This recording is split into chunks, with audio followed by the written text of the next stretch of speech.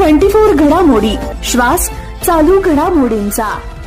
जे राज्य सरकारच्या माध्यमातून 150 कोटी रुपयाचा जी.आर. नगर शहराकरता जो प्राप्त झाला, त्याचं खरं तर नगरकरांकरता 26 फेब्रुवारी 2024 हा दिवस अत्यंत आनंददायी दिवस आहे की 150 कोटी रुपये नगरला खरं तर आजपर्यंतच्या इतिहासामध्ये कधी रस्त्यांच्या कामाकरता कधी मिळालेले नव्हते आणि तेवढा एक मोठा चांगला निधी आज राज्य सरकारने आपल्याला दिलेला आहे। त्यामुळे प्रथमतः मी राज्य सरकारचे मनापासून मुख्यमंत्री एकनाथ शिंदे साहेब असतील, उपमुख्यमंत्री फडणवीस साहेब आणि राज्याचे कर्तव्यदक्ष आणि लोकप्रिय उपमुख्यमंत्री अर्थमंत्री अजितदादा पवार साहेब असतील, हे सरकारमध्ये काम करत असताना तिघांच्या माध्यमातून हा निधी आज नगर शहरापर्यंत आलेला आहे। आणि खरं तर ह्याच्या व्यतिरिक्त हे 150 कोटीचा जरी प्रकल्प असला, ह्याच्या व्यतिरिक्त देखील आज फार मोठी प्रकल्प नगर शहरामध्ये चालू आहेत। खेडगाव उपनगराकरता जर आपण पाहिलं तर नगर पुणे हायवे जो आहे, पुणे हायवे ते कल्याण हायवेला जोडणारा लिंक रोड जो आहे, तोच तुम्हाला सांगतो जवळपास 47 कोटी रुपयाचा हा लिंक रोड याचं कॉन्क्रीट करण्याचं काम सुरू आहे। जवळपास 21 कोटी रुपयाचा खेडगाव उपनगराचा दुसरा रस्ता पुणे हायवे अर्चना हॉटेल चौकापासून तर अगदी नेप्ती उपबाजार समितीपर्यंत 21 कोटी रुपयाचं रस्त्याचं काम हे राज्य सरकारच्या तिजोरीतनं खरं तर इथपर्यंत पैसा आणल्यानंतर त्याचं काम सुरू आहे।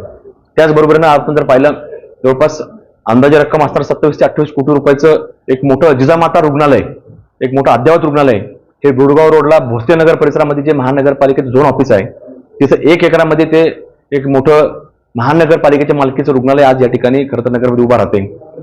या गुडगाव रोड परिसरामधील साईनगर उद्यानामध्ये जवळपास 5-5.5 कोटी रुपयाचा म्युझिकल फाउंटन हा देखील खरं तर उभा राहतोय। अशी अनेक कोटी रुपयाची कामं आज नगरमध्ये आपल्याला पाहायला मिळतात। त्याच्यामध्ये प्रामुख्याने जर आपण पाहिलं तर महामानव डॉक्टर बाबासाहेब आंबेडकरांचा पुतळ्यापासून तर मायवड्या वेशीपर्यंत, छत्रपती शिवाजी महाराजांच्या पुतळ्यापासून तर मायवड्या वेशीपर्यंत कॉन्क्रीटचं काम चालू आहे।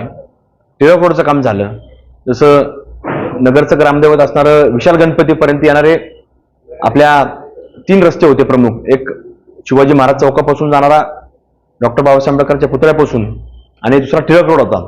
आता तिसरा रस्ता जो राहिला होता शिवाजी महाराजांच्या पुतळ्यापासून, त्याचं देखील काम आता सुरू झालेलं आहे।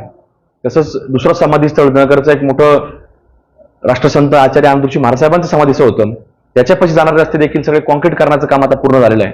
अशी मोठी रस्ते आणि जे प्रामुख्याने आपण जर पाहतो की नगर शहरामधील मध्यवर्ती जे जुनं शहर आहे, त्या जुन्या शहरामध्ये देखील आपण जर पाहिलं तर नगर जिल्हा वाचनालयाच्या चौकापासून गांधी मैदान आणि गांधी मैदानापासून अगदी खाली आपल्या जनकल्याण रक्तपेढीपर्यंत एक जुनी भुहेरी गटर होती, ती गटर काढून नवीन गटर करणे आणि त्याच्यावरती संपूर्ण रस्ता कॉन्क्रीट करणे। तसंच आता जो पहिला टप्पा याचा पूर्ण होणारे मिरवणूक मार्गाचा छत्रपती शिवाजी महाराज चौक ते मायवडा वेश, त्याच्यामध्ये या 150 कोटीमध्ये त्याचा पुढचा टप्पा अगदी मायवड्याच्या कोपऱ्यापासून तर अगदी थेट आपल्या कापड बाजाराच्या तेलकुंट चौकापर्यंत हा देखील रस्ता आता खोदून कॉन्क्रीटकरण होणार आहे। असे मध्यवर्ती शहरापासून तर सगळी उपनगरांमधली रस्ते याच्यामध्ये प्रामुख्याने घेण्यात आलेले आहेत। मुकुंदनगर सारखं उपनगर असेल त्याचे रस्ते, खरं तर CIB कॉलनी असेल तिथं CIB कॉलनीच्या परिसरामध्ये फार मोठी ड्रेनेजची समस्या देखील होती, त्याला देखील अल्पसंख्याक विभागाच्या माध्यमातून 80 लाख रुपये त्या ठिकाणी तिथं मंजूर झालेले आहेत। आणि जेवढी खरं तर अल्पसंख्याक विभागाच्या माध्यमातून जेवढी कब्रस्तान आहेत त्या कब्रस्तानात देखील जवळपास 5 कोटी रुपयाचा हा जी.आर. राज्य सरकारच्या माध्यमातून आम्ही इथपर्यंत आणण्यामध्ये यशस्वी झालेलो आहोत।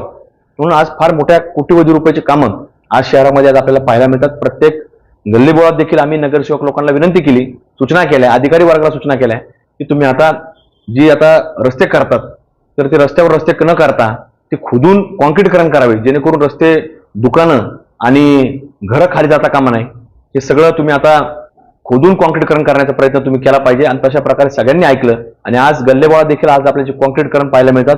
अगदी आता अलीकडच्या काळामध्ये 15 दिवसापूर्वी झालेला सराफ बाजारचा परिसर जरी पाहिला तर तो देखील आता कॉन्क्रीटकरण झाला आपल्याला पाहायला मिळतो। आणि त्याच्यामध्ये राज्य सरकारचे खरं तर आपण सगळ्या नगरवासियांच्या वतीने मी आभार व्यक्त करतो आणि पुढच्या टप्प्यामध्ये देखील मोठा निधी राज्य सरकार आपल्याला देणार आहे, त्याच्यामध्ये देखील आम्ही प्रयत्नशील राहणार आहे।